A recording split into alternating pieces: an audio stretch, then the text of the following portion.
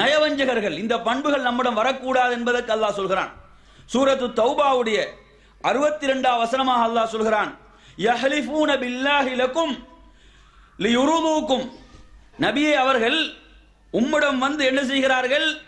சத்தியம் செய்கிறார்கள், உங்களை திருப்திப்படுத்த வேண்டும் என்பதற்காக, உம்மை திருப்திப்படுத்த வேண்டும், மக்களை திருப்திப்படுத்த வேண்டும் என்பதற்காக பொய்யாக சத்தியம் செய்கிறார்கள். யார்? இந்த முனாஃபிக்குகள்.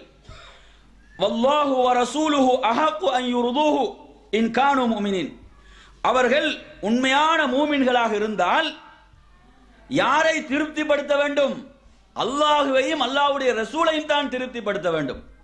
அதுதான் ஒரு உண்மையான மூமினின் பண்பு. இன்று நீங்க எடுத்து பாருங்க, அல்லாஹ்வையும் அல்லாஹ்வுடைய ரசூலையும் திருப்திப்படுத்துவதற்காகத்தான் நாம் நமது செயல்பாடுகளை அமைத்துக் கொண்டிருக்கிறோமா? சிந்திச்சு பாருங்க.